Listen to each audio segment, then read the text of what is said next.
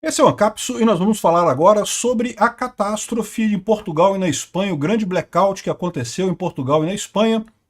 Parece que teve alguns outros apagões no resto da Europa, mas foi apagão pontual. É uma coisa que não está relacionada a esse grande problema. O grande problema foi em Portugal e na Espanha e em alguns lugares ali na França, Andorra, ali pertinho da fronteira com a Espanha, é onde teve realmente o problema, tá?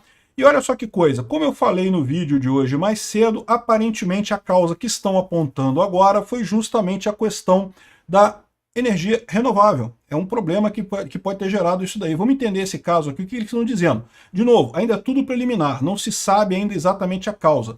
Algumas pessoas estão falando ainda em cyberataque, coisa e tal, mas a maior parte do pessoal já descartou isso, porque são sistemas diferentes, funcionando em empresas diferentes, não teria como um cyberataque fazer isso. Outros estão dizendo que foi atividade solar, porque a atividade solar está fazendo não sei o que lá e não sei o que lá, e teve um solar flare e coisa e tal. Mas a verdade é que o solar flare que teve hoje foi um bem pequenininho, não faria diferença, né?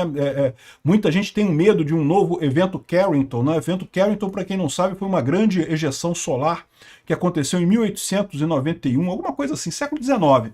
E que na época só tinha telégrafo, mas mesmo assim queimou um monte de telégrafo, queimou um monte de coisa, e aí o pessoal tem medo que se tivéssemos um evento Carrington hoje em dia, com muito mais uso de eletricidade que a gente tem, isso seria uma catástrofe muito maior. Mas eu já expliquei para o pessoal que não é bem assim, porque embora realmente hoje a gente use muito mais eletricidade, os nossos sistemas têm muito mais proteções para isso também.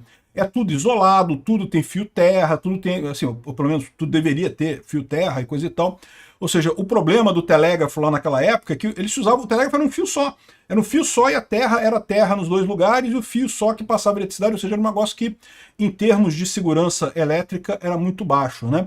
Então, assim, esse caso do solar flare me parece pouco provável, o caso do cyberataque me parece pouco provável. Ainda estão estudando o que pode ter acontecido, mas aparentemente tudo aponta para uma confiança em energia renovável que seria causado o blackout catastrófico na Espanha. E isso pode gerar uma preocupação, porque tem muitos países no mundo correndo atrás de energia renovável, né? Essa notícia foi sugerida por Uruguai Libertário, Vem Meteoro Vem e várias outras pessoas. Obrigado aí ao pessoal que sugeriu notícias lá no nosso site, no visãolibertaria.com, e obrigado a você que está assistindo o nosso vídeo. Se você gosta do nosso conteúdo, por favor, deixe o seu like, se inscreva aqui no canal, né? Então, como eu falei, a gente não sabe ainda o que aconteceu. Nesse momento também não, tá? Quando eu falei mais cedo no vídeo, eu falei que a gente não sabia, mas que podia ser um cyberataque, poderia ser essa questão da energia renovável, já estava circulando essa hipótese, né? E parece que agora é isso que está acontecendo. Já tem alguns jornais falando que é o aquecimento global que está causando o problema. Por quê? Porque eles querem dizer que é justamente a energia renovável que eles dão como segurança, né, para a energia solar, né, que está causando o problema, né? Aqui, ó. O pessoal está brincando aqui, ó. Parabéns à Espanha e Portugal por conseguir emissão zero hoje. Zero emissão, zero eletricidade, zero explicações, tudo zero, né? E, de novo, é o que eu falo para vocês, olha só, eu não sou contra energia renovável, não, eu acho bacana pra caramba, essa coisa toda de usinas eólicas e solares, acho que isso é muito positivo. Mas eu acho que o pessoal está super empolgado com esse negócio e não está percebendo que tem problema nessas coisas também, tá? Isso não é só coisa boa, não. Toda tecnologia tem um lado bom e um lado ruim no final das contas, né? Então, ou seja, o que a gente vai analisar aqui é o que eles estão dizendo aqui, ó, parece, segundo a Public, que é uma mídia conceituada, está falando aqui que o grande problema é justamente que teria pouca inércia na geração solar e eólica para manter as redes, né? E isso teria causado o problema, né? Então, enfim, como tá a explicação do cara aqui, de novo, olha só, eu sou engenheiro, gente, então eu entendo alguma coisa desses processos, mas eu não sou engenheiro elétrico, eu sou engenheiro de materiais, então eu não entendo muito dessa parte elétrica não, tá? Então, assim, eu tô me guiando pelo que o pessoal tá falando aqui. O que está explicando aqui o Alexander Satel, que é um investidor e conhece bem essa área, né? Ele está falando aqui justamente que o que aconteceu, o que foi esse incidente na grade que causou o apagão na Espanha e Portugal hoje. Parece que estão dizendo aqui que não, que o problema foi excesso de energia solar, excesso de problema de conexão e coisa e tal. Mas já tem alguns dados publicados que mostram isso daqui. Ó. Olha só como é que estava a geração de energia elétrica na Espanha nesse momento. Aqui estava realmente com um grande coisa positiva aqui, e de repente foi uma coisa imediata, a Espanha perdeu 60% do seu parque gerador numa paulada. Uma coisa derrubou 60% do parque gerador dela, né? E aí o que o pessoal está alegando nessa história? Qual que é o problema que eles estão colocando aqui? Como eu falei para vocês, o problema é que você tem um controle muito grande sobre a geração de energia em usinas hidrelétricas, em termoelétricas e também em usinas nucleares, porque você tem o que eles chamam de inércia, né? A inércia é que você consegue manter aquela coisa ali, você consegue controlar muito bem a frequência da rede. A questão não é nem a voltagem, não é nem a quantidade de energia que você coloca na rede, é a frequência da rede, ela consegue se manter estável devido à inércia. A usina eólica, ela tem como controlar a produção dela de energia alterando o ângulo das pás, né? Mas ela não tem uma grande inércia nessa história. A usina hidrelétrica tem uma inércia muito grande. A usina nuclear tem uma inércia muito grande. Então o que eles estão dizendo aqui é que para você ter um sistema elétrico resiliente, você só pode ter essas energias renováveis em torno de 25% a 35% por causa da questão da falta de inércia, né? Essas tecnologias novas, a solar é pior ainda, porque a solar ela gera energia de forma DC, né? Ela gera energia contínua. Então eu tenho que ter um gerador, um conversor para converter corrente contínua para corrente alternada. Então a inércia é literalmente zero, não tem nenhuma inércia. Se o gerador eólico tem pouca inércia, o gerador de painel solar tem zero inércia. E aí você tem esse problema, porque você não consegue manter, a questão toda não é a energia, agora está explicando o pessoal aqui, é a questão da frequência na rede, né? E aí o que aconteceu, segundo eles estão dizendo aqui, olha só, aqui o pessoal estava comemorando, dia 22 de abril, há poucos dias atrás, Espanha consegue o primeiro dia com 100% de energia renovável. Olha que lindo, né? Conseguiu 100% de energia renovável, não precisou ligar nenhuma termoelétrica, nenhuma nuclear, nenhuma coisa. Olha que bacana, parabéns, conseguiram, coisa e tal. Só que tem este problema, né? Segundo ele está dizendo aqui, a maior parte dos sistemas limita a 25% a 30% essa capacidade por causa do problema da inércia. O que é o problema da inércia? Né? Que ele fala aqui, ó, no caso de painéis solares é pior ainda, porque gera corrente direta, né, corrente contínua, enquanto que a rede usa corrente alternada, 60 Hz aqui no Brasil, eu acho que na Europa é 50 Hz, mas o princípio é o mesmo, e aí, ou seja, você tem zero de inércia nisso daí, não tem inércia nesse tipo de coisa, né? E a inércia ela não é reportada pelos operadores do sistema lá na Europa, mas ele pegou algumas informações aqui, coisa e tal, e aí você vê aqui o gráfico, como é que de repente caiu tudo, né?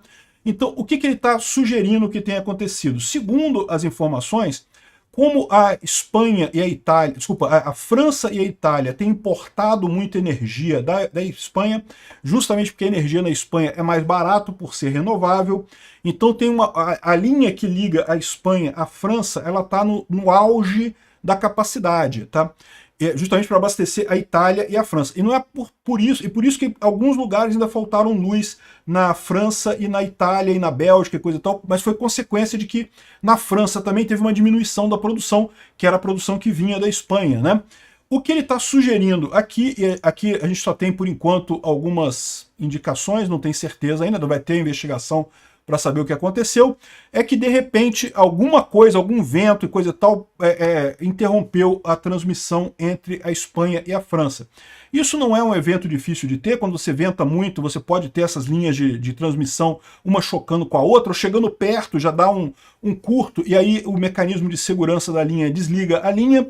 E qual que é o problema que isso ocasionou aqui? Ele está dizendo aqui que teve ventos muito fortes e coisa e tal, ventos muito fortes, e aí, o que você teve foi uma oscilação na frequência da rede que chegou a 200%, ou seja, dobrou a frequência, de 50 Hz foi para não sei quantos Hz lá, né, no caso seria 150 Hz, né? Ou seja, isso é um alerta para o sistema. Aí um monte de sistema desligou automaticamente, sistema de proteção, porque quando vira essa oscilação muito rápida, então este foi o problema. Tá? O problema não é a quantidade de energia gerada, como eu tinha falado no vídeo anterior, Peço desculpas, eu não sou especialista nessa área, tenho algum conhecimento, mas eu estou me guiando pelo que o pessoal está falando aqui no Twitter, né? Agora esse cara aqui está explicando melhor. O problema é a frequência da coisa. Deu uma oscilação de frequência muito grande, saiu desligando tudo quanto é sistema de proteção.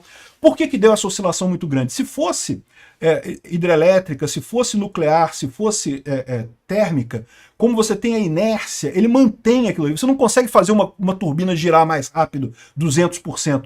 Mas um painel solar, como ele não tem inércia, ele depende só do oscilador, ele vai para 200%, 200 Hz, assim, sem brincar com nada, sem preocupação nenhuma, entendeu? A usina, a pá da eólica também pode girar mais rápido, também pode gerar energia mais rápido. Então você tem menos inércia nesses sistemas, acabou tendo um desbalanceamento muito grande, e isso ocasionou o desligamento de segurança de um monte de sistema. Isso explica também por que levou tanto tempo para religar o pessoal todo. Ah, como é que pode ter levado 10 horas para restaurar a força em Portugal, na Espanha?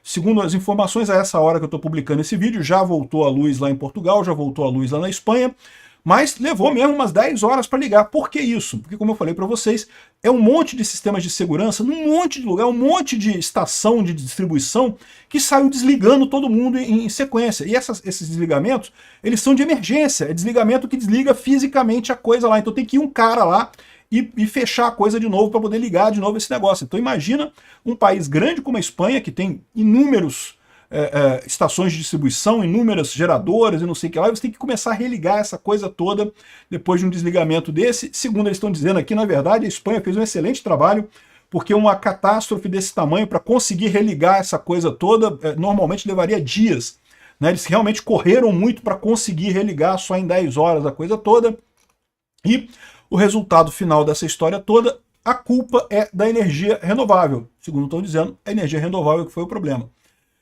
Será que foi isso mesmo? Não sabemos, por enquanto ainda é tudo preliminar, vamos aguardar o resultado dos relatórios oficiais, mas isso bota um alerta na galera aí, tem um monte de gente empolgadíssima com energia renovável, e de novo, eu acho bacana, eu acho legal, só que a gente tem que pensar como é que vai funcionar essa coisa toda. A energia renovável, a energia normal, vamos dizer normal, né, tradicional de hidrelétrica e coisa e tal, ela funciona bem em redes muito interligadas. A energia renovável, ela funciona melhor em redes descentralizadas e distribuídas, né? Que coisa, a gente sempre volta nisso, né? Em redes descentralizadas e distribuídas. Se você tiver um problema, você até perde aquele lugar ali, mas não perde muita coisa. Então eu não sei como é que a gente vai fazer isso daí. Talvez tenha que fazer uma alternativa de ter duas linhas de distribuição, duas camadas de distribuição independentes, uma para energia renovável, que você usa para maior necessidade do dia a dia, e uma outra mais estável para coisas que levam mais tempo, enfim. Não sei como é que seria a solução disso daí em termos de trocar uma coisa pela outra, mas o fato é que as duas juntas não funcionam muito bem, e isso é um problema para distribuidoras no mundo todo, tá? O pessoal do Brasil tem que prestar atenção, uma coisa dessa não está longe. Aqui no Brasil também a gente já tem uma porcentagem significativa da energia elétrica sendo gerada por fontes renováveis. Obrigado por assistir o vídeo até o final. Além de curtir, compartilhar e se inscrever no canal, considere se tornar patrocinador com valores a partir de R$ 1,99. Clique no botão Seja Membro abaixo para saber as condições e vantagens de patrocinar o canal. Mais informações sobre o nosso projeto, visite nossos sites indicados na tela.